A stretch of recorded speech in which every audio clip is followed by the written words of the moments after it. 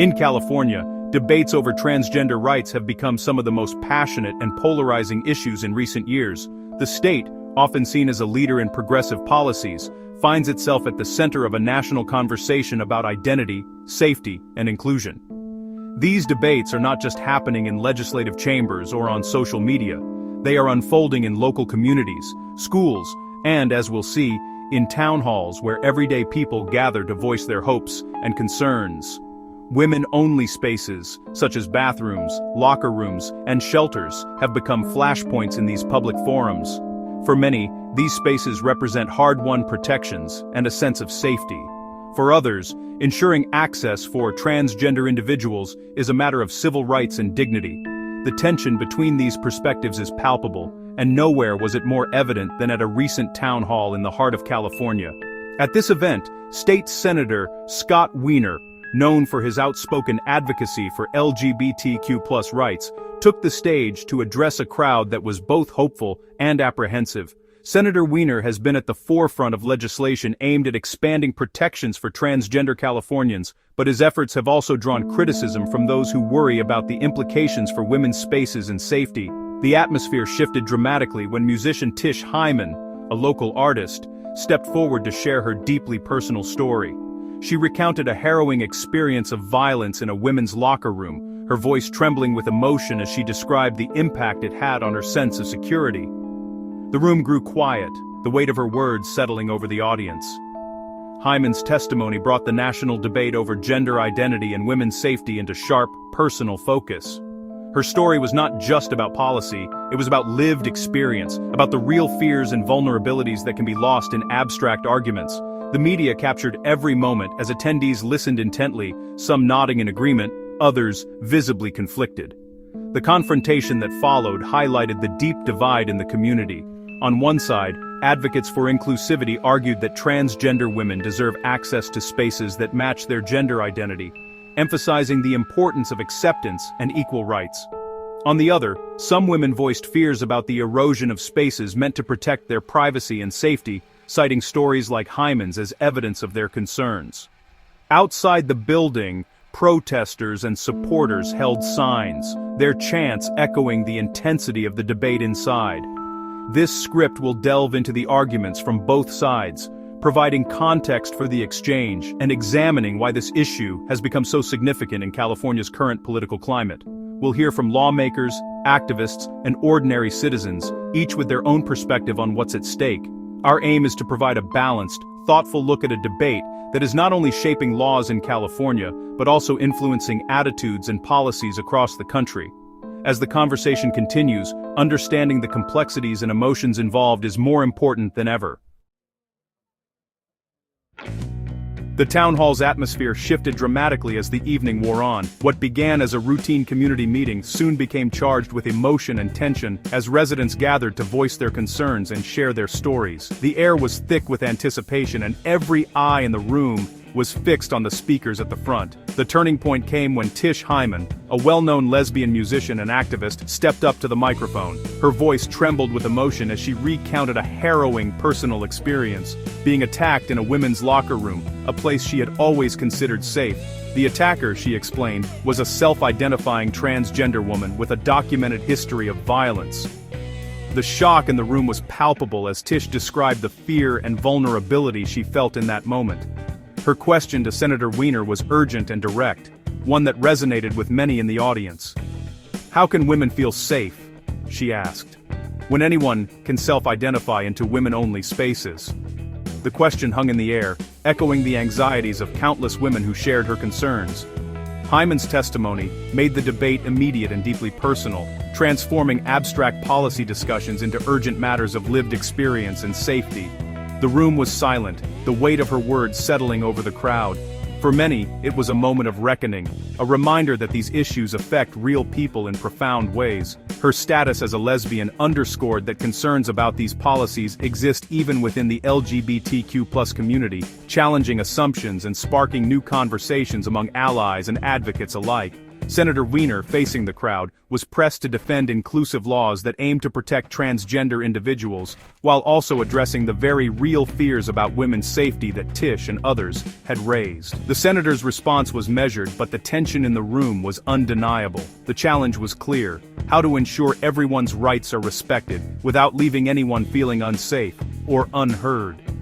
The exchange captured the core tension at the heart of the debate, balancing the urgent need to protect transgender rights with the equally important imperative of safeguarding women's safety. The town hall became a microcosm of a much larger national conversation, where the struggle to find common ground is ongoing and deeply complex. It set the stage for a broader, necessary conversation, one that would require empathy, honesty, and a willingness to listen to all sides.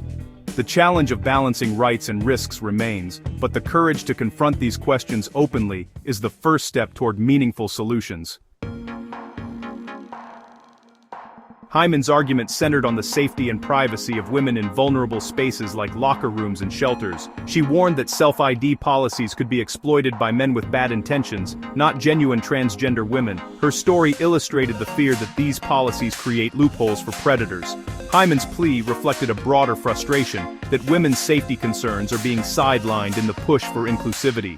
She called for a more nuanced approach, one that protects both transgender rights and the safety of women and children. For her and many others, the debate is about practical risk, not denying anyone's identity. Senator Weiner responded by affirming California's commitment to both safety and transgender inclusion. He highlighted the importance of creating an environment where everyone feels safe and respected, regardless of their gender identity. This commitment is not just about policy, but about fostering a culture of acceptance and understanding. He emphasized that transgender women are women, and excluding them from women's spaces is discriminatory. This stance is rooted in the belief that everyone deserves equal rights and opportunities. By including transgender women, we are upholding the values of equality and justice that are fundamental to our society. Weiner argued that fears about predators exploiting these laws are largely unfounded and that existing laws already address assault and harassment. He pointed out that these concerns often stem from misinformation and prejudice rather than evidence. The focus should be on enforcing existing laws effectively to protect everyone. He cautioned against policies that single out transgender people, warning they reinforce harmful stereotypes and increase discrimination. Such policies can create a hostile environment and make it harder for transgender individuals to live their lives openly and authentically. For Weiner, true safety means recognizing everyone's identity and dignity under the law. This approach ensures that all individuals, regardless of their gender identity, are treated with the respect and fairness they deserve. It's about building a society where everyone can thrive. He acknowledged Hyman's concerns but stood firm. Protecting all women includes transgender women. This inclusive approach is essential for creating a just and equitable society. By standing up for transgender rights, Weiner is advocating for a broader vision of equality. His stance reflects a broader belief that equality and safety are not mutually exclusive. In fact, they are deeply interconnected. Ensuring safety for all means embracing diversity and rejecting discrimination in all its forms. The challenge is ensuring both in practice. It requires ongoing effort, education, and a commitment to upholding the principles of justice and equality. By working together, we can create a society where everyone feels safe and valued. The phrase "trans women are women" is central to the transgender rights movement. It asserts that gender identity, not birth sex, defines a person's true gender. This challenges traditional binary views and calls for full legal and social inclusion of transgender women. Advocates argue that any law separating trans women from other women is inherently discriminatory. The goal is seamless integration, where transgender status is irrelevant to rights and access. For supporters, this principle is non-negotiable and frames the entire debate. It's the foundation for arguments about access, safety, and equality.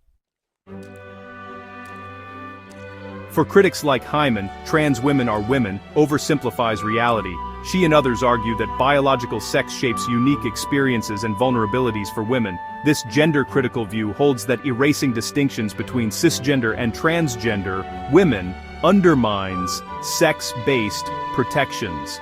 They stress that single-sex spaces exist to protect females from male violence, not to exclude based on identity.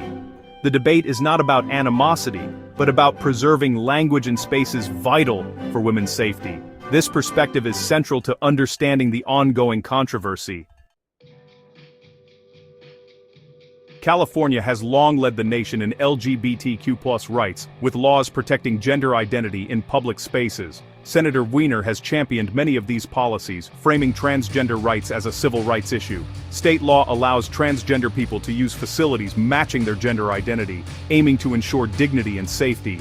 These protections have made California a sanctuary for transgender individuals, especially youth. However, as policies expand, pushback has grown from those concerned about women's safety and privacy. The town hall confrontation reflects this tension. Even in progressive states, consensus is elusive. California's approach often signals the direction of national debates. The state remains a testing ground for balancing inclusion and protection. The California town hall mirrors a national debate over identity, safety, and rights. Across the U.S., states are enacting conflicting laws, some expanding transgender protections, others restricting them. Advocates for transgender rights see these as civil rights battles, while opponents focus on women's rights and child protection. The divide includes conservatives, some feminists and religious groups on one side, and civil rights organizations and medical associations on the other. The result is a legal patchwork, with transgender rights varying dramatically by state. This polarization reflects deeper cultural and political divides in America. The issue now shapes elections and daily life for millions. The town hall confrontation highlights the complexities of balancing transgender rights and women's safety. Hyman's plea represents real fears about unintended consequences of inclusive policies. Weiner's response embodies the fight for dignity and equality for transgender people. Both sides seek safety and recognition, but prioritize different risks and needs. Moving forward requires empathy, honest dialogue, and creative solutions, like more single-stall, gender-neutral facilities. The goal: a society where the safety of cisgender women and the rights of transgender women are not in conflict, but mutually upheld.